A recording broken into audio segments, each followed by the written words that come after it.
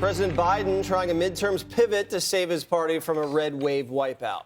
A majority of Americans are in total agreement that Joe doesn't have a clue on what they care about. 63% wish he would pay more attention to key issues affecting their families, like inflation and crime and the border crisis. But Biden's only interested in appeasing his far-left base, with a focus on abortion, his student debt bailout, and his promise to save democracy. Biden's as delusional as ever, and he has a new attack line that just rolls right off the tongue. Polls have been all over the place. I think that we're going to see one more shift back to our side in the closing days. And let me tell you why I think that.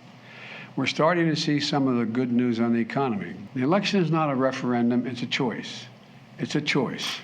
And the Republicans can criticize my economic record, but look at what I've inherited and what I've done, and look at what they're offering. It's mega, MAGA trickle down.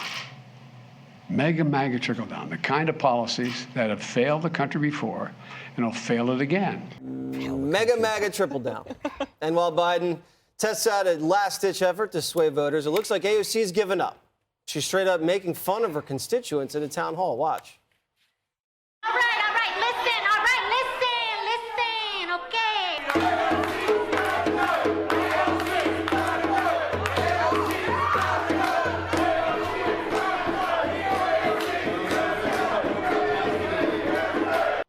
I think she has presidential material written all over her. So, I don't know, mega, MAGA, trickle down, AOC dancing the night away. Does this look like a party that's confident?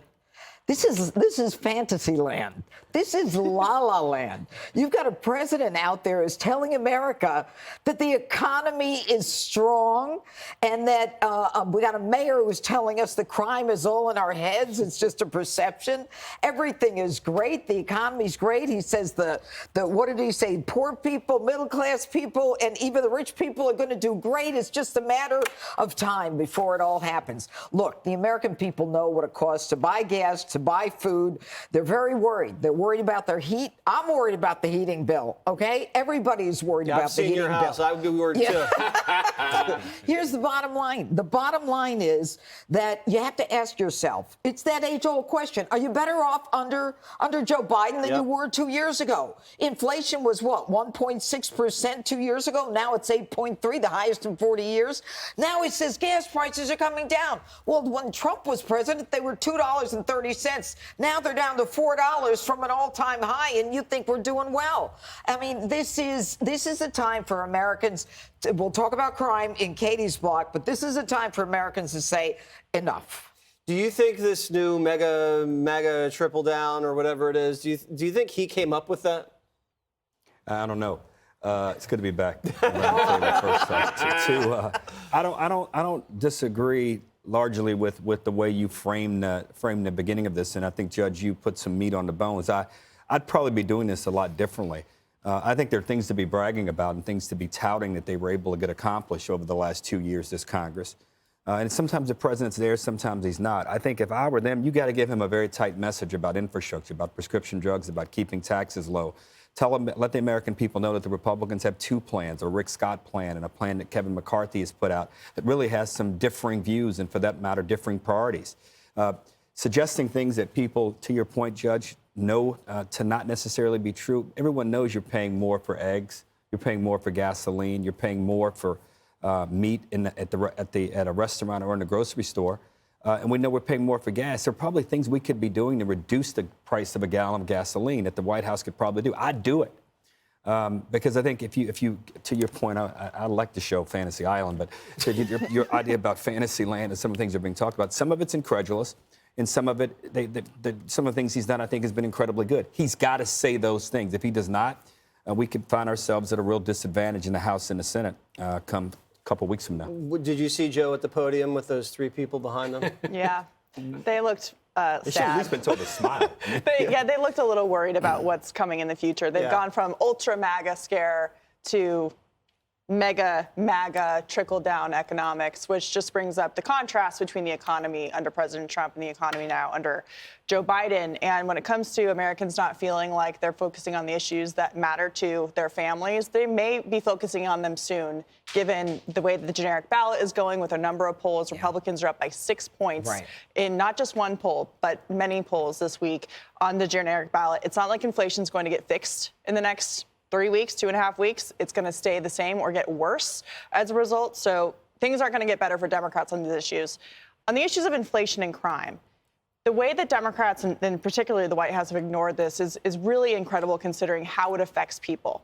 Inflation and crime are issues of survival to a human being. If you can't afford to feed your family, if you can't afford to pay your mortgage, if you feel like every time you get on the subway or you stop to put gas in your car that your life is in danger as a result, whether you're in Philadelphia or somewhere else as a result of crime, those are existential threats to your well-being, to your family. And yet they have acted like they're not even an issue. And then today, the DA of Philadelphia is arguing that you are racist if you dare to criticize the policies while ignoring the fact that the majority of the people who are victims of this are minorities in those cities.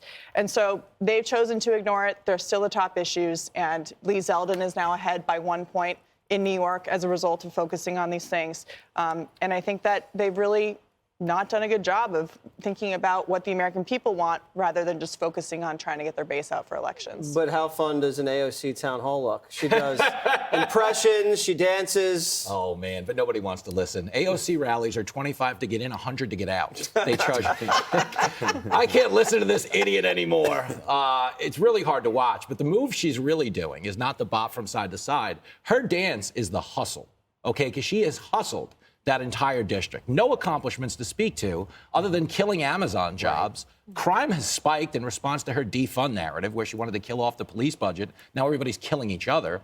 And that's what I'm so fascinated by is the Democratic indifference. The people who help them win elections are the people most adversely affected by what they've done to the country. You're talking about minorities being plagued by what? Crime and inflation. As a former cab driver, I can tell you, nobody in my taxi garage, which is all minority. Like I was literally, they don't know my name. I'm referred to this day as the white guy. They called me the white guy. For real, and they're great people. But the point is nobody leaves the taxi and goes home to the inner city where they're worried about getting mugged on the way to the bodega or the bogada, as Joe Biden calls it, and cares about climate change. You dig? So when they say like in politics, you got to read the room, Biden's not even in the room. Okay, to be clear, he's getting sent home to Delaware this weekend because they're tired of trying to keep him on stage at the end of a speech. That's what those three people are doing there. They're the Biden wranglers, so he doesn't wander off into the audience. Because it's sad. Joe Biden is the only president in history who takes more time to exit a speech than he does to give one. That poor band. How many times do they have to play Hail to the Chief before he finds his way out? You did forget about the fact they do have a migrant tent city in AOC's district now. Yeah. That is a big accomplishment. Let's not skip that. She finally got somebody housing. Way to go. All right. Hey, Sean Hannity here. Hey, click here to subscribe to Fox News YouTube page and catch our hottest interviews and most compelling analysis. You will not get it anywhere else.